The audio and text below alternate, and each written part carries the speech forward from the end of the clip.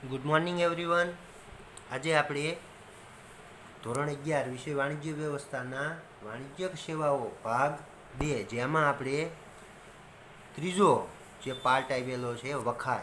આગળના વિડીયોમાં આપણે ટપાલની વાત કરી હતી. આજે આપણે વખાર વિશેની જે છે વિગતવાર માહિતી મેળવવાના છીએ. એટલે વખાર એટલે શું, તો સાદા અર્થમાં આપણે એને ગોડાઉન તરીકે ઓળખીએ છીએ, બરાબર. તો એની આપણે માહિતી મેળવીએ તો ઉત્પાદન થયા પછી ઉત્પાદિત માલનું વેચાણ કે વપરાશ તરત જે થઈ શકતો નથી, તેથી તેનો સંગ્રહ આવશ્યક બને. નાશવંત વસ્તુને સાચવવા માટે વખારની જરૂર પડે છે. કેટલીક વસ્તુઓની માંગ મોસમી હોય છે અને તેનું ઉત્પાદન સમગ્ર વર્ષ દરમિયાન થતું હોય, ત્યારે આવી ઉત્પાદિત વસ્તુઓનો સંગ્રહ કરવામાં આવે છે અને જ્યારે તેની માંગ થાય ત્યારે મળી શકે એવી વ્યવસ્થા વખાર દ્વારા કરવામાં આવે છે. ઘણી વખત કાચા માલનો ઉત્પાદન માટે ઉપયોગ થાય તે પહેલાં તેનો સંગ્રહ જરૂરી બને છે. આ માટે વાણિજ્યના એક અંગ તરીકે વખારની સેવા આવશ્યક બને છે. જો વખાર એટલે શું, તો કે ઉત્પાદન થયા બાદ ઉત્પાદિત માલનું વેચાણ જ્યાં સુધી ન થાય, એટલે કે વપરાશ જ્યાં સુધી ન થાય તો ત્યાં સુધી એનો સંગ્રહ કરવો જરૂરી છે, આવશ્યક છે. ત્યારબાદ નાશવંત વસ્તુને સાચવવા માટે પણ એ વખારની જરૂરિયાત પડે છે, ગોડાઉનની જરૂરિયાત પડે છે. કેટલીક વસ્તુઓની માંગ એ મોસમી હોય, એટલે કે અમુક સમય પૂરતી હોય, જ્યારે એનું ઉત્પાદન તો કે આખા વર્ષ દરમિયાન થતું હોય, તો આવી વસ્તુઓનો સંગ્રહ પણ એ તમારે આ વખારમાં કરવો પડે છે. જ્યારે એની માંગ થાય ત્યારે તમે જે છે એ વખારમાંથી તમે જે છે વસ્તુઓને પુરવઠા સ્વરૂપે વેચી શકો છો, બરાબર. આમ એક વાણિજ્યના અંગ તરીકે વખારની સેવા એક બહુ જરૂરી બને છે. હવે વખારનો અર્થ આપણે જોઈએ તો વખાર એ એવી સેવા છે કે જેમાં પેદાશોનો સંગ્રહ થાય, પેદાશોને તેના મૂળ સ્વરૂપમાં અકબંધ રહે તે રીતે રાખવામાં આવે. આવા સંગ્રહ દરમિયાન પેદાશોના ગુણધર્મો જળવાઈ રહે અથવા તેમાં ઓછામાં ઓછા ફેરફારો થાય તે તેનો મુખ્ય હેતુ છે.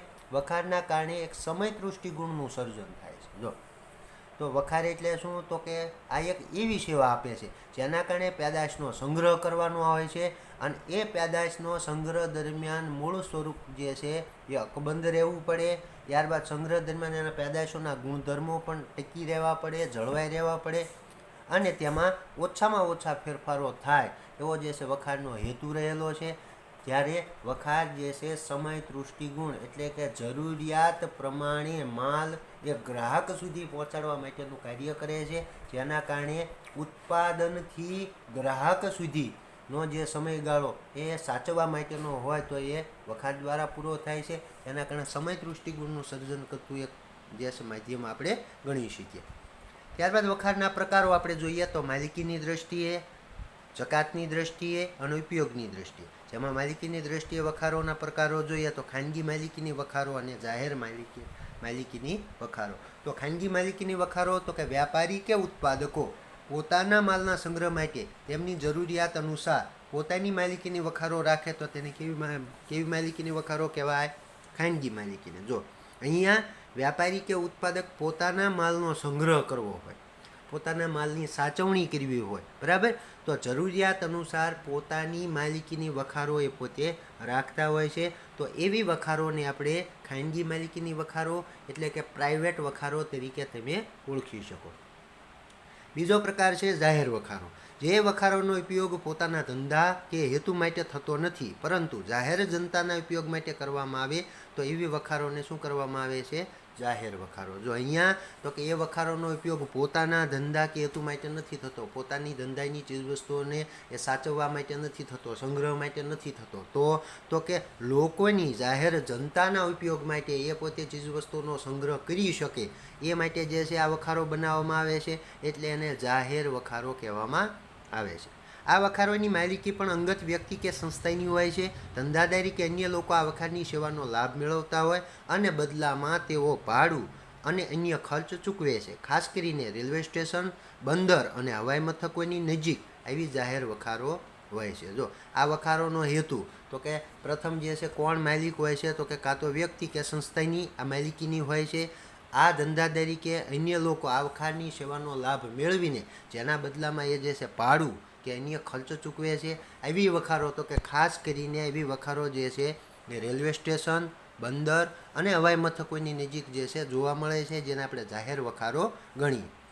આજે જાહેર વખાર સ્વતંત્ર વ્યવસાય બન્યો છે. જાહેર વખારો માલના સંગ્રહ, જાળવણી અને સુરક્ષાની ખાતરી આપે છે. જાહેર વખારો પોતાના હસ્તક મળેલા માલની વિગતો દર્શાવતી એક રસીદ એટલે કે પહોંચ આપે છે. આ રસીદ હસ્તાંતરણીય હોય છે, જેથી રસીદ દ્વારા માલની લે વેચ તમે કરી શકાય. જો અહીંયા આ જાહેર વખાર એક જે છે વ્યવસાય બની ગયો, સ્વતંત્ર એક સ્વાયત્તાનો વ્યવસાય બન્યો છે. જાહેર વખારો માલનો સંગ્રહ કરે છે, બરાબર, ત્યારબાદ એની જાળવણી કરે છે અને સુરક્ષાની પણ ખાતરી પૂરી પાડે છે. જેના કારણે જાહેર વખારો એ પોતાને માલ મળ્યો તો એની જે છે એક રસીદ એટલે કે પહોંચ આપે છે. આ રસીદ એ હસ્તાંતરણીય એટલે કે તમારી જે છે પોતાની પાસે હોય એ તમને આપે છે, તમે પાછા જે છે બીજાને આપી શકો. તો આવી રસીદ જે છે એક જગ્યાએથી બીજી જગ્યાએ તમે જે છે એ ફેરવી શકો છો. તો હસ્તાંતરણીય છે, જેના કારણે માલની લે વેચ તમે કરી શકો રસીદ દ્વારા. ત્યારબાદ જકાતની દ્રષ્ટિએ વખારના પ્રકાર. તો જકાત ભરેલા માલની વખારો, જકાત ભર્યા વિનાના માલની વખારો.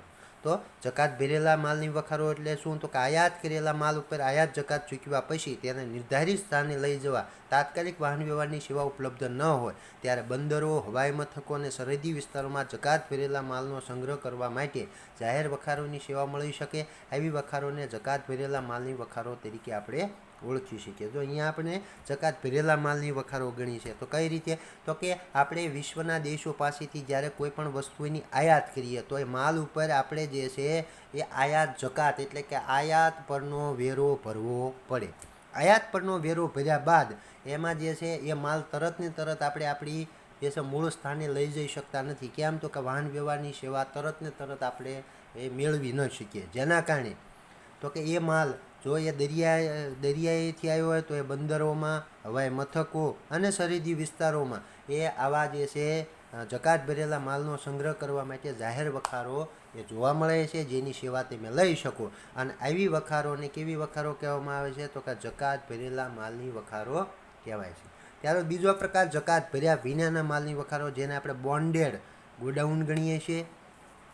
તો આયાત કરેલા માલ ઉપર જકાત નક્કી કરેલા દર અનુસાર ભરવાની હોય એવો આયાતી માલ કે જેના પર જકાત ભરાય નથી અને તે માલ જે વખારમાં રાખવામાં આવે તેને જકાત ભર્યા વગરના માલની વખારો તરીકે ઓળખવામાં આવે. જે સ્થળે માલ આયાત થતો હોય તે જગ્યાએ વખારો જોવા મળે છે. બંદરો અને સરહદી જમીન વિસ્તાર જ્યારથી માલની આયાત નિકાસ થતી હોય તેવા વિસ્તારોમાં એ આ પ્રકારની વખારો આવેલી છે. જ્યારે આયાતકારે માલની પુનઃ નિકાસ કરવી હોય ત્યારે માલનું વર્ગીકરણ અને પુનઃ પેકિંગ વગેરે સગવડો ઉપલબ્ધ બને છે.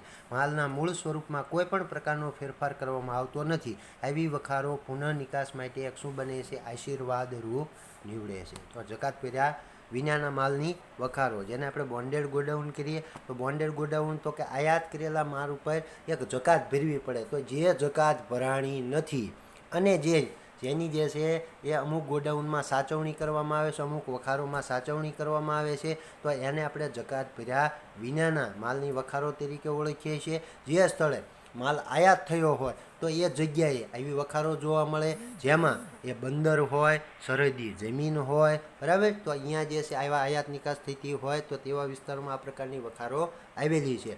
ખાસ કરીને પુનઃ નિકાસ માટે આયાતકારે જે છે આવી વખારોનો ઉપયોગ કરવાનો હોય છે, જેના કારણે એ પોતાનું વર્ગીકરણ, પુનઃ પેકીકરણ અને સગવડો જેની જે છે એ માહિતી મેળવી શકે, એમાં ફેરફારો છે કે નહીં જેની જે છે પોતે તપાસ કરી શકે અને ફરીવાર જે છે એ માલનો બીજા દેશમાં જે છે એ નિકાસ કરી શકે. એટલે પુનઃ નિકાસ માટે આયાતકારને જે છે આ વખારો જે છે આશીર્વાદ રૂપ નીવડતી હોય છે, જેને આપણે બોન્ડેડ ગોડાઉન, બોન્ડેડ વખાર તરીકે ઓળખી શકીએ. ત્યારબાદનો ત્રીજો પ્રકાર છે ઉપયોગની દ્રષ્ટિએ વખારના પ્રકાર. તો એમાં બે પ્રકાર છે, સામાન્ય વખારો અને વિશિષ્ટ વખારો. તો સામાન્ય વખાર એટલે શું? તો જે માલના સંગ્રહ, જાળવણી અને સુરક્ષા માટે ખાસ અથવા અલાયદી સેવા ન આપવી પડે તેવો માલ રાખવાની વખારને સામાન્ય વખાર કહેવાય. આવા વખારોમાં લગભગ બધા પ્રકારના આકાર, કદ, વજન અને સ્વરૂપવાળા માલને રાખવામાં આવે. આ પ્રકારની વખારો મોટા પ્રમાણમાં જોવા મળે છે, બરાબર. તો અહીંયા જે છે આ એવા પ્રકારની વખાર છે જેમાં દરેક પ્રકારની જે છે વસ્તુઓ અને જે છે એ માલને તમે સાચવણી કરી શકો છો, જેમાં કોઈ પણ અલાયદી સેવા આપવી પડતી નથી કે સુરક્ષાની જે છે ખાસ કાળજી પણ રાખવી પડતી નથી, બરાબર. તો આ વખારોમાં લગભગ બધા પ્રકારનો આકાર, કદ, વજન અને સ્વરૂપવાળા માલને તમે રાખી શકો છો. તો એવાને જે છે સામાન્ય વખારો તરીકે તમે ઓળખી શકો. ત્યારબાદ વિશિષ્ટ વખારો એટલે શું?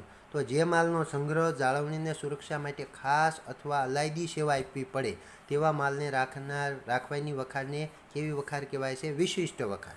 જેમાં ફટાકડા, ઝેરી રસાયણો, રાંધણ ગેસ, પેટ્રોલ જેવી ચીજવસ્તુઓનો સંગ્રહ, જાળવણી અને સુરક્ષા માટે વિશેષ વખારો અનિવાર્ય બને. પેટ્રોલિયમ પદાર્થો માટેની ભૂતળ ટાંકીઓ, ઝેરી રસાયણો માટે ખાસ પ્રકારની ઈંટો તેના ઉદાહરણ છે. ફળ, દૂધ, શાકભાજી જેવા નાશવંત પદાર્થો માટે કોલ્ડ સ્ટોરેજ જેવી વિશિષ્ટ વખારો રાખવામાં આવે. આ વખારો ખર્ચાળ છે. સુરક્ષાના હેતુસર અનેક નિયમોનું આમાં પાલન કરવું અનિવાર્ય બનતું હોય છે, જેને આપણે વિશિષ્ટ વખારો કરીએ. તો વિશિષ્ટ વખાર એટલે શું? તો જે માલનો સંગ્રહ, જાળવણીને સુરક્ષા માટે ખાસ અથવા અલાયદી એક સેવા આપવી પડે, એ માલને સાચવવા માટે, જાળવણી કરવા માટે અને સુરક્ષા માટે એક જે છે અલાયદી એનું વાતાવરણ ઊભું કરવું પડે, તો એવી વખારને આપણે વિશિષ્ટ વખાર કહીએ. જેમાં ફટાકડા, ઝેરી રસાયણો, રાંધણ ગેસ, પેટ્રોલ જેવી ચીજવસ્તુઓનો સંગ્રહ, એની જાળવણી અને સુરક્ષા માટે આવી વખારો અનિવાર્ય છે. જેમાં પેટ્રોલિયમ પદાર્થો માટે ભૂતળમાં ટાંકીઓ બનાવવામાં આવે છે, જેના કારણે જે છે એ પેટ્રોલિયમના પદાર્થોને જે છે આપણે સાચવી શકાય. પછી ઝેરી રસાયણો માટે ખાસ પ્રકારની ઈંટો તેના ઉદાહરણો છે કે જેના કારણે પણ તેને તમે સાચવી શકો. ત્યારબાદ નાશવંત વસ્તુઓમાં દૂધ, ફળ, શાકભાજી જેવા નાશવંત પદાર્થોને સાચવવા માટે કોલ્ડ સ્ટોરેજ, બરાબર, શીતગૃહો જેને આપણે કહીએ છીએ ગુજરાતીમાં, અને સાવ સાદા અર્થમાં આપણે કહીએ તો ફ્રીજ, તો ફ્રીઝર જે વિશિષ્ટ વખારો રાખવામાં આવે છે. આ વખારો કેવી છે? તો કે ખર્ચાળ છે, પણ સુરક્ષાના હેતુસર આ નિયમોનું એને જે છે પાલન કરવું અનિવાર્ય બનતું હોય છે. ત્યારબાદ ચોથો પ્રકાર આપણે જોઈએ, તો ચોથો પ્રકાર છે એ વાહન વ્યવહાર અને હેરફેરની સેવાઓ. તો માલની હેરફેર માટે વાહન વ્યવહારનો ઉપયોગ કરવામાં આવે. શરૂઆતમાં પ્રાણીઓ અને વાહનોનો ઉપયોગ થતો હતો, સાથે સાથે જળમાર્ગો પણ શોધાયા અને આધુનિક શોધે વિમાનનો પણ ઉપયોગ શરૂ કર્યો. જો માલની હેરફેર, તો વાહન વ્યવહારનો ઉપયોગ કરવામાં આવે છે, જેમાં શરૂઆતમાં તો કે પ્રાણીઓ, માલનું વહન કરવા માટે પ્રાણીઓ અને વાહનનો ઉપયોગ થતો. એ જળમાર્ગો પણ શરૂઆતમાં શોધાયા અને ત્યારબાદ આધુનિક શોધ સ્વરૂપે વિમાનનો પણ આમાં ઉપયોગ થતો ગયો. સૌપ્રથમ એનો અર્થ જોઈ લઈએ તો વાહન વ્યવહાર એટલે શું? તો વાહન વ્યવહાર એ એવી સેવા છે કે જેમાં માણસો અને માલસામાનની એક સ્થળેથી બીજા સ્થળે હેરફેર કરવામાં આવે છે. જો વાહન વ્યવહાર એક સેવા કેવી છે? તો કે એક સ્થળેથી બીજા સ્થળે, આના માટે તમે જે છે એ માલસામાનની એક સ્થળેથી બીજા સ્થળે જે છે સેવા કરી શકો છો, એની લેવડ દેવડ કરી શકો છો, જેને આપણે વાહન વ્યવહાર તરીકે ઓળખી શકીએ, બરાબર. ત્યારબાદ તો કે એના પ્રકારો, તો એમાં માનવ બળ દ્વારા સંચાલિત એ તો કે માનવી અને માલસામાનની હેરફેર માટે સંચાલિત વાહન વ્યવહાર એ હજુ પણ પ્રચલિત અને પર્યાવરણને અનુકૂળ છે. ઘણી બધી જગ્યાએ પેડલ રિક્ષાના ઉપયોગથી શહેરના એક વિસ્તારમાંથી બીજા વિસ્તારમાં જઈ શકાય છે. દાખલા તરીકે કોલકાતામાં આજે પણ પેડલ રિક્ષાનો ઉપયોગ માનવ હેરફેર માટે થાય છે. હાથ લારી દ્વારા આજે ભારતના લગભગ બધા પ્રદેશોમાં માલસામાન નજીકના સ્થળો સુધી તમે પહોંચાડવામાં આવતો હોય છે. તો માનવ બળ દ્વારા સંચાલિત, તો અમુક માલસામાનની હેરફેર એ માનવી દ્વારા અને માનવ બળ દ્વારા જે છે થતી હોય, તો એના માનવ બળ સંચાલિત વાહન વ્યવહાર તરીકે આપણે ઓળખી શકાય. જે પર્યાવરણ માટે પણ જે છે અનુકૂળ છે, જેના કારણે પર્યાવરણનું નુકસાન થતું નથી, બરાબર. તો અહીંયા આવી જે છે માનવ બળ દ્વારા સંચાલિત એ સેવા, જેના કારણે એ માનવી પેડલ રિક્ષાના ઉપયોગથી એક શહેરના એક વિસ્તારમાંથી બીજા વિસ્તારમાં એ જે છે પોતે જઈ શકે છે. જે કોલકાતામાં એક પેડલ રિક્ષાનો ઉપયોગ કરીને માનવની હેરફેર થાય છે. ત્યારબાદ હાથ લારી દ્વારા માલનું જે છે એક સ્થળેથી બીજા સ્થળે તમે જે છે સહેલાઈથી જે છે આવન જાવન કરી શકો છો, એટલે કે તે નજીક સુધી પહોંચાડવામાં આવતો હોય છે. ત્યારબાદ બીજો પ્રકાર છે પશુબળ દ્વારા સંચાલિત. તો પશુઓ દ્વારા માનવ અને માલસામાનની હેરફેર ટૂંકા અંતર માટે થતી જોવા મળે છે. દાખલા તરીકે ઘોડા ગાડી અને બળદ ગાડું. તો પશુબળ દ્વારા સંચાલિત, તો જેનો ઉપયોગ જે છે એ વહન માલસામાનના હેરફેર કે માનવને હેરફેર કરવા માટે જે છે પશુનો થતો હોય, તો એને પશુબળ સંચાલિત આપણે જે છે ગણી શકીએ. જેમાં ઘોડાગાડી અને બળદગાડામાં તમે જે છે કોઈ પણ માનવ કે માલસામાનની હેરફેર ટૂંકા અંતર માટે કરી શકો છો. ત્રીજો પ્રકાર છે હવાઈ માર્ગ. હવાઈ માર્ગે માણસો અને માલસામાનની ખૂબ ઝડપી હેરફેર લાંબા અંતર માટે શક્ય છે. ટૂંકા અંતર માટે હવાઈ માર્ગનો ઉપયોગ મોંઘો સાબિત થાય છે. વિમાનને આકાશમાં ચડવા અને ઉતરવા માટે રનવે જરૂરી હોય. ટૂંકા ગાળાના અંતર માટે થોડા માણસો અને માલસામાન માટે જ્યાં રનવે ન બની શકે તેવા દુર્ગમ વિસ્તારો માટે હેલિકોપ્ટરની સેવાઓ વધુ યોગ્ય રહે છે. તો હવાઈ માર્ગ, જેને આપણે આકાશી સવારી કહીએ છીએ, તો આવા હવાઈ માર્ગો જે છે એ માણસો અને માલસામાનને ખૂબ ઝડપથી જે છે હેરફેર એ પોતે કરી શકે છે. જે લાંબા અંતર માટેનું આવું હેરફેર એ કરતા હોય છે. ટૂંકા અંતર માટે આવો હવાઈ માર્ગ જે છે કેવો પડે છે, મોંઘો સાબિત થાય છે. વિમાનને તમે જે છે આકાશમાં ચડાવવા માટે અને રનવેની જરૂરિયાત પડે, જે ટૂંકા ગાળાના અંતર માટે એ રનવે જરૂરી છે, જે ટૂંકા ગાળામાં જે છે શક્ય નથી. તો આવા ટૂંકા ગાળા માટે માણસો અને માલસામાનને એક જગ્યાએથી બીજી જગ્યાએ જો દુર્ગમ વિસ્તારોમાં એ લઈ જવા હોય તો એના માટે હેલિકોપ્ટરની સેવાઓ પણ એ વધુ યોગ્ય રહે છે. ત્યારબાદ ચોથું છે જમીન માર્ગ. તો એમાં રેલવે માર્ગ, તો રેલવે દ્વારા માણસો અને માલસામાનની હેરફેર થાય. એન્જિન સામાન્ય રીતે ચાલક બળ તરીકે ડીઝલ એટલે કે વિદ્યુતનો ઉપયોગ કરે છે. ઘણી વખત ટ્રેનના બધા અથવા કેટલાક ડબ્બા પણ ચાલક બળ ધરાવતા હોય, જેને મલ્ટિપલ યુનિટ ટ્રેન કહેવામાં આવે. રેલવેમાં અત્યારે ચાલક બળ તરીકે કેબલ, ગુરુત્વાકર્ષણ, ચુંબકીય શક્તિનો પણ ઉપયોગ થાય. ભારતમાં હાલમાં જ કોમ્પ્રેસ્ડ નેચરલ ગેસ એટલે સીએનજી ચાલક બળ તરીકે ઉપયોગ કરતા એન્જિનનો વપરાશ શરૂ થયો છે. શહેરના વિસ્તારોને જોડતી અને શહેરમાં દોડતી ટ્રેન વાહન વ્યવહારની એક કરોડરજ્જુ પુરવાર થઈ છે. તો રેલવે માર્ગ, જે રેલવે માર્ગ દ્વારા તમે માલ સામાનની હેરફેર જે છે સરળતાથી કરી શકો છો, જેમાં એન્જિન સામાન્ય રીતે ચાલક બળ તરીકે કાં તો એ ડીઝલ કે વિદ્યુતનો ઉપયોગ કરતી હોય, બરાબર. તો ઘણી વખત ટ્રેનના બધા અથવા કેટલાક ડબ્બા ચાલક બળ ધરાવતા હોય, જેને આપણે મલ્ટિપલ યુનિટ ટ્રેન કહેવામાં આવે છે. તમારા પ્રશ્ન પૂછાય છે મલ્ટિપલ યુનિટ ટ્રેન એટલે શું, બરાબર. તો એનો જવાબ તમે લખી શકો કે ટ્રેનના બધા અથવા કેટલાક ડબ્બા ચાલક બળ ધરાવતા હોય તો એવા યુનિટને આપણે મલ્ટિપલ યુનિટ ટ્રેન તરીકે ઓળખી શકીએ, બરાબર. તો આ જે છે ચાલક બળ તરીકે કેબલનો ઉપયોગ થાય, ગુરુત્વાકર્ષણ, ચુંબકીય શક્તિનો પણ ઉપયોગ કરવામાં આવે છે. હાલમાં કોમ્પ્રેસ્ડ નેચરલ ગેસ એટલે સીએનજીથી ચાલક બળ તરીકે ઉપયોગ કરતા એન્જિનનો વપરાશ વધ્યો છે. શહેરના વિસ્તારને જોડતી અને શહેરમાં દોડતી ટ્રેન વાહન વ્યવહારની એક શું બની છે, કરોડરજ્જુ તરીકે જે છે સાબિત થઈ છે, પુરવાર થઈ છે. ત્યારબાદ તો કે રસ્તા માર્ગ. તો રસ્તા માર્ગ એ એક માર્ગ ઉપરથી બીજા માર્ગ પર જવા માટે મુક્ત હોય. સ્થળમાં, દિશામાં, ગતિમાં અને સમયમાં સગવડ મુજબ ફેરફાર શક્ય છે, જે અન્ય વાહન વ્યવહારના પ્રકારોમાં સુલભ નથી. રસ્તા માર્ગે ઘરના દરવાજા સુધી વાહનો દ્વારા સેવા આપવી શક્ય બને છે. બસ દ્વારા વધારે વ્યક્તિઓનું વહન કાર્ય ક્ષમતાપૂર્વક થાય છે. ટ્રક દ્વારા માલની હેરફેર ઓછું વજન ધરાવતા અને સામાન્ય રીતે ઓછું અંતર ધરાવતા સ્થળો વચ્ચે થાય છે. વાહનોના સતત વધતા વપરાશના કારણે વાયુ પ્રદૂષણ, અવાજ પ્રદૂષણ, ટ્રાફિક જામ અને પાર્કિંગ જેવા પ્રશ્નો સર્જાય છે. આથી ઘણા શહેરોમાં બીઆરટીએસ એટલે કે બસ રિપેડ જે છે ટ્રાન્ઝિટ સિસ્ટમનો ઉપયોગ શરૂ થયો છે. આવી બસો માટે ખાસ રસ્તો અનામત રાખવામાં આવે છે, આરક્ષિત રાખવામાં આવે છે અને ખૂબ ઝડપથી શહેરમાં એક સ્થળેથી બીજા સ્થળે એ પહોંચી શકાય. બે બસો વચ્ચેનો સમયગાળો ઓછો રાખેલો હોવાથી સેવાનું પણ સાતત્ય જળવાઈ રહે.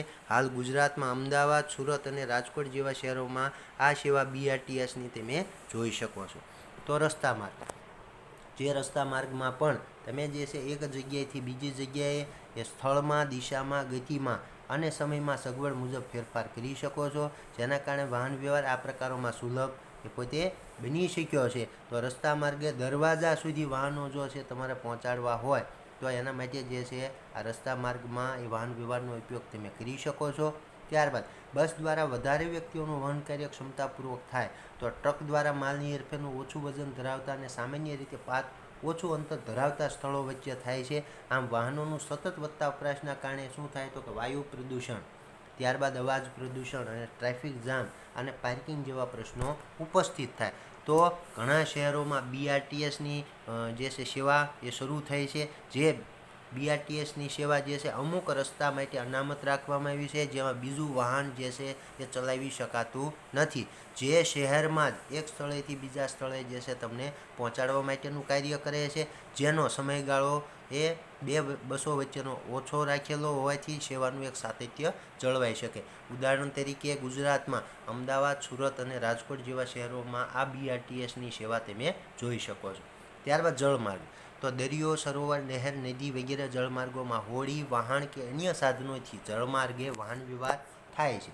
બે નજીકના દરિયા કિનારાના સ્થળો અથવા જ્યાં પાણી અને સપાટ જમીન હોય ત્યાં મોટા પંખાથી ચાલતા ઓવરડ્રાફ્ટનો ઉપયોગ થાય છે. મોટા ડેમ બનાવી નહેર દ્વારા પાણી દૂરના સ્થળો સુધી પહોંચાડવામાં આવે. આવી નહેરનો ઉપયોગ પણ જળમાર્ગ તરીકે થાય છે. વિદેશ વ્યાપાર સૌથી વધુ જળમાર્ગ દ્વારા થાય છે. જો જળમાર્ગ એટલે શું, તો કે જળમાર્ગ એટલે દરિયો, સરોવર, નહેર, નદી વગેરે જળમાર્ગોમાં હોડીનો ઉપયોગ, વહાણનો ઉપયોગ અને અન્ય સાધનોના ઉપયોગથી તમે જે છે જળમાર્ગના વાહન વ્યવહારથી તમે એક સ્થળેથી બીજા સ્થળે જે છે તમે જઈ શકો છો. જ્યાં પાણી હોય તો જ્યાં સપાટ જમીન છે તો ત્યાં પણ જે છે મોટા પંખાથી ચાલતા ઓવરડ્રાફ્ટનો તમે ઉપયોગ કરીને સહેલાઈથી તમે જે છે એનો ઉપયોગ કરી શકો છો અને એક સ્થળેથી બીજા સ્થળે જઈ શકો છો. જેમાં વિદેશ વ્યાપારમાં સૌથી વધારે જળમાર્ગનો ઉપયોગ પ્રથમ જે છે પહેલાં થતો હતો.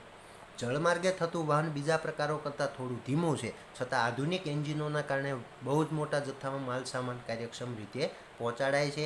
એક ખંડમાંથી બીજા ખંડમાં વહન કરવા માટે હવાઈ માર્ગ કરતાં જળમાર્ગ પ્રમાણમાં સસ્તો છે, પરંતુ સમય વધુ લાગે છે. દરિયાકાંઠાના વિસ્તારોમાં ફેરી સર્વિસ ખૂબ જ લાભદાયક રહે છે. જો જળમાર્ગે થતું વહન એ બીજા પ્રકારો કરતાં કેવું છે, એકદમ ધીમું છે, પણ આધુનિક એન્જિનોના કારણે અત્યારે મોટા જથ્થામાં માલ સામાનની એ તમે જે છે સારી રીતે કાર્યક્ષમ રીતે જે છે એ તમે માલનું વહન કરી શકો છો. જેમાં એક ખંડમાંથી બીજા ખંડમાં વહન કરવા માટે હવાઈ માર્ગ કરતાં જળમાર્ગ જે છે પ્રમાણમાં સસ્તો છે, જ્યારે જે છે સમય વધુ લાગે છે, એટલે સમયનો બગાડ થાય છે. હવાઈ માર્ગમાં સમયનો બગાડ થતો નથી.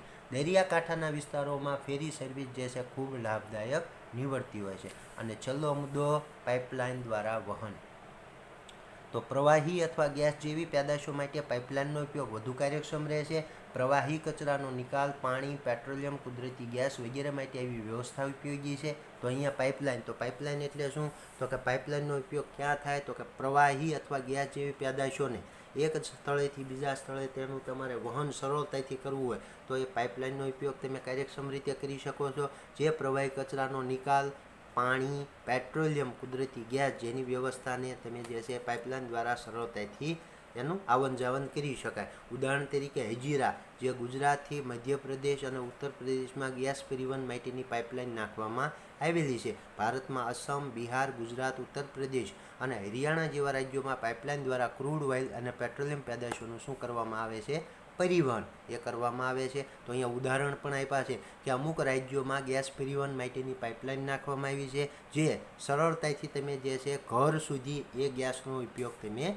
કરી શકો છો. બરાબર. તો આવા રાજ્યોમાં જે છે અસમ, બિહાર, ગુજરાત, ઉત્તર પ્રદેશ, હરિયાણા જેવા રાજ્યોમાં પણ પાઇપલાઇન દ્વારા ક્રૂડ ઓઇલ અને પેટ્રોલિયમ પેદાશોનું પણ જે છે પરિવહન તમે કરી શકો છો. બરાબર. અહીંયા આપણું બીજું એકમ એ આપણે પૂરું કરીએ છીએ. ત્રીજા એકમની હવે જે છે આવતા વિડીયોમાં ચર્ચા કરીશું, જેનું નામ છે ધંધાકીય સેવાઓ ભાગ 2.